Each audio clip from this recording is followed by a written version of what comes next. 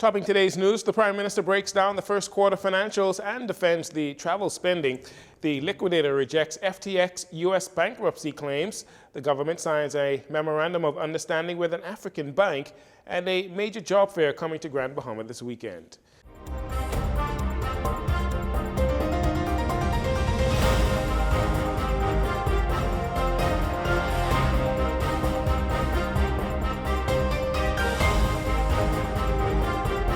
Good evening, Bahamas. I'm Jarino Saunders. This is your JCN Evening News. It's a pleasure to have you join us.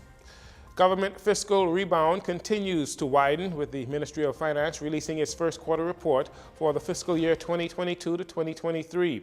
In Parliament on Wednesday, Minister of Finance, Prime Minister Philip Davis, touted that a deficit of $20.6 million is the lowest first quarter deficit in more than 10 years. He says it was achieved by the government because it held fast to its commitment to fiscal prudence, as well as implementing sound policies to stimulate the economy and generate revenue. I'll say that again. This is the lowest first quarter deficit in more than 10 years. A new day has dawned in our Bahamas.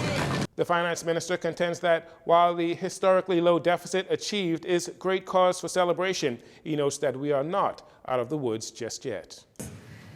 We implemented the economic plan, which was the bedrock of the decisive mandate upon which we were elected.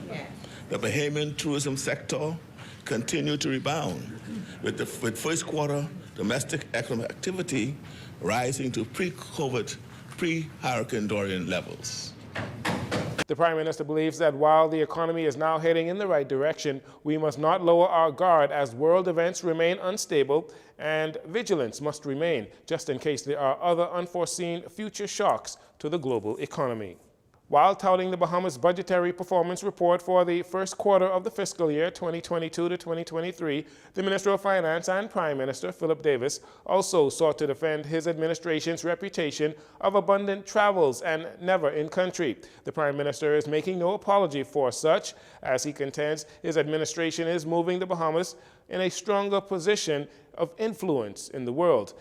The defense by the Prime Minister came just 2 days after the Ministry of Finance revealed in its first quarter report that there is a $2.3 million increase in the government's travel spending when compared to the same period in the previous fiscal year. The Prime Minister's defense also comes after months of criticism by Bahamians, particularly the official opposition. That when we travel, we do so for the good of the Bahamas and the betterment of the Bahamian people. They should also appreciate that a significant portion of the travel spent includes the cost of technical officers who travel for training, for capacity building and development. Expenditure includes also the cost of travel to family islands for public servants to ensure equal access to government services around our archipelago. First quarter expenditure on travel is around 28% of the travel budget, marginally above the 25% level, the amount budgeted for the year, which is not remarkable, says the Prime Minister. He explains that some quarters will be a little higher and others will be a little lower, but by year's end it should all be within the forecasted travel budget. Prime Minister Davis referenced his recent trip to participate in a panel discussion, noting that it paved the way for face-to-face meetings with leaders of the World Bank. Permit me to demonstrate what travel has yielded in the past week. In September, I was invited by the New York Times newspaper to participate in a panel discussion in New York whilst I attended the UN General Assembly. The other two participants, now listen, Madam Speaker, the other two participants were the head, not the juniors, no vice, the head of the IMF. The other participant was the head of the World Bank. Overall, Prime Minister Davis pledged to hold himself and his administration accountable and to be transparent while holding others in public life to the same standards. Bahamas-based King's Counsel Brian Sims has rejected the validity of any attempt to place the collapsed FTX digital markets and its affiliates into bankruptcy in the United States. Attorney Sims is one of 3 provisional liquidators appointed over the failed cryptocurrency giant by the Supreme Court of the Bahamas. The attorney filed in a New York court on Tuesday declaring that FTX Digital Markets was not authorized to file for bankruptcy in the United States. The attorney, along with other liquidators, made the declaration when filing for Chapter 15 bankruptcy protection on behalf of the Bahamas' arm of the insolvent crypto exchange FTX Digital Markets in the Southern District of New York. Chapter 15 bankruptcy is typically used in cross-border operations. However, according to online business media reports, the Bahamas appointed liquidators have not asked the court to dismiss the U.S. bankruptcy proceedings, but instead requested that the court recognize the validity of the Bahamian legal actions, which he said could impact the U.S. proceedings for the other FTX-controlled entities, because FTX Digital Markets, with headquarters in the Bahamas, was the parent company of the entire FTX empire, and all of its assets ultimately belong to FTX Digital Markets. On Wednesday, Fred Mitchell, Minister for Foreign Affairs and the Public Service, revealed that a vote by the Bahamas and subsequently CARICOM on the draft resolution for Russia to pay reparations for aggression against Ukraine was recorded incorrectly at the United Nations. In this next report, Mr. Mitchell explains to members of the House how the matter is being addressed and why CARICOM chose to abstain. While making a communication in the House of Assembly on Wednesday, Fred Mitchell, Minister of Foreign Affairs and the Public Service, said he received a number of inquiries during the previous 24 hours about a vote by the Bahamas government at the United Nations on the draft resolution for the furtherance of remedy and reparations for aggression against Ukraine. Mr. Mitchell explained that due to an error by the United Nations, the vote by the Bahamas was recorded as no when it should have been abstained. Mr. Mitchell informed members of the House that action has been taken to see that the error is corrected. We have a photograph of the board reflecting abstain, but when the vote closed, the vote recorded as no. It should have been abstain. We have taken the steps to seek to reflect properly what the record is, but we've been advised that in the system of the United Nations, it is not possible to change what is the recorded vote. And the procedure is that you enter a statement which corrects the record, which we have done. Mr. Mitchell went on to explain that because the Bahamas government is the chair for the CARICOM caucus at the United Nations and represents all 14 countries, he has been asked to read into record the Bahamas/CARICOM's statement which supports the draft resolution put forward by the United Nations, but for various reasons abstains. Here is a portion of that statement on behalf of CARICOM. CARICOM strongly condemns the unilateral military incursion into Ukraine by the Russian Federation. We maintain the view that the military action by Russia in Ukraine is a flagrant violation of the principles enshrined in the UN Charter, both in word and in spirit. It undermines the core principles of respect for sovereignty and territorial integrity, the non-interference in the internal affairs of sovereign states, and the obligation to refrain from the threat or use of force in international relations. CARICOM considers these principles non-negotiable obligations to which all of us as member states of the United Nations have freely consented to be bound. CARICOM subscribes to the principle that for every wrong there is a remedy. There's a fundamental principle of law and equity, and we believe it to be an equally fundamental principle of international law.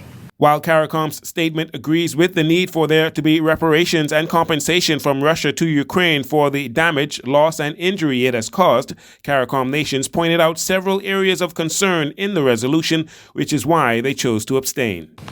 1, the resolution does not provide any guiding principles on how the future mechanism would operate or how the register of damage is to be created or managed. In addition, member states are being asked to act on these initiatives in the context of an ongoing war with no real ability to predict any future developments or outcomes. 2, noting that while there are ongoing judicial processes addressing the situation in Ukraine, there is as yet no established jurisdictional basis for the proposed mechanism, nor the register of damage. Neither are pursuant to Security Council resolution, nor an order of the International Court of Justice. Furthermore, it is not within the power of the General Assembly under the UN Charter to create these initiatives. For these reasons, member states of CARICOM will abstain in their vote on this resolution. The statement concluded by saying, despite abstaining, CARICOM recognizes that the Russian Federation must bear the legal consequences for all of its violent acts and any violation of international law in or against Ukraine, or for any violation of international humanitarian laws. And finally, in this segment, the Bahamas continues to build its connections with the African continent, this time in the form of a Memorandum of Understanding. The government signed the MOU for the purpose of establishing stronger economic ties between the Caribbean and Africa. Cale Campbell has more in this next report. A Memorandum of Understanding was signed between the government and the African Export-Import Bank, which agrees to the establishment of a Caribbean Exim Bank that will provide services such as trade and financing, export development, guarantees and trade information, and advisory services.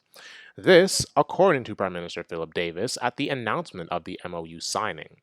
The Prime Minister holds strong hope for the partnership. This partnership holds much promise. It provides for the promotion and financing of South-South trade between African countries and Caribbean member states. Provision is also made for financing exports and imports of non-traditional African goods and services, provision of insurance, and guaranteeing service coverage for commercial and non-commercial risks associated with African export and imports. Member states will also support the bank in acting as an intermediary between African traders and traders of the Caribbean community, and to facilitate and support the execution of banking operations and the borrowing of funds. The African Exim Bank has also indicated that once the regional office has been established, that it envisages committing an investment of $700 million in the Caribbean as quickly as possible. Head of Trade and Corporate Finance Intra-African Trade Bank's Ayman El-Zobi says the agreement will unlock many of Afreximbank's operations and financial programs to the Caribbean. He further explains that Afreximbank has promoted intra-African trade and investment within their own continent, building trade connections between Africans as well as provide market information to African traders and exporters, all services and information that Afreximbank wishes to provide to the Caribbean. We have supported African companies to grow and compete globally, and we have done so much in that space. And we're bringing this experience, this effort, those facilitation and financing interventions and initiatives into the Caribbean to do the same, to help diversify the economies of the Caribbean, to help create linkages between Africa and the Caribbean, to foster the economies of Africa and the Caribbean states. And of course, we thank His Excellency the Prime Minister for his support, for his active movements ahead and signing this agreement. Comes very swiftly, and we promise him that we'll be as quick as he has been in signing this agreement into moving on the ground and doing things here. We've already, over the past 2 days, we've been in discussions with a number of institutions in the Bahamas. We have discussed a number of interesting projects and interesting opportunities for the bank to support in key strategic sectors that will help diversify the economy here and support strategic sectors in the economy. Financial Secretary Simon Wilson signed the MOU on behalf of the government as Mr. Zobi revealed that work will begin immediately to establish Afreximbank's presence and representation in the Caribbean, with the foundation already laid out. He added that the idea is to eventually establish an Exim Bank that will support trading and investment between Africa and the Caribbean. Mr. Zobi spoke to one of the programs already underway and a budget already set. For the investments, we've already started a program, Africa Caribbean Trade and Investment Promotion Program, for $250 million that we are immediately launching for financing and investments. We came with a number of our investors in the area of infrastructure, in the area of fish processing and fisheries, and soon enough we will be also embarking on a number of projects.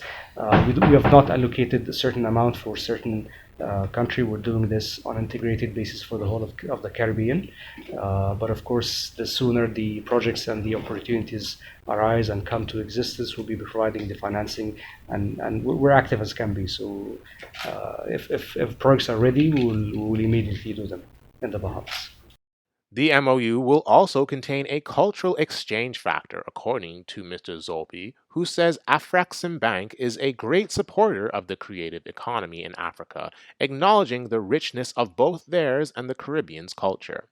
While speaking of their support for artisans, even teasing the possibility of an African Caribbean music festival, Afrexim Bank's head of trade and corporate finance says to expect in the future more activities and programs in the name of cultural exchange.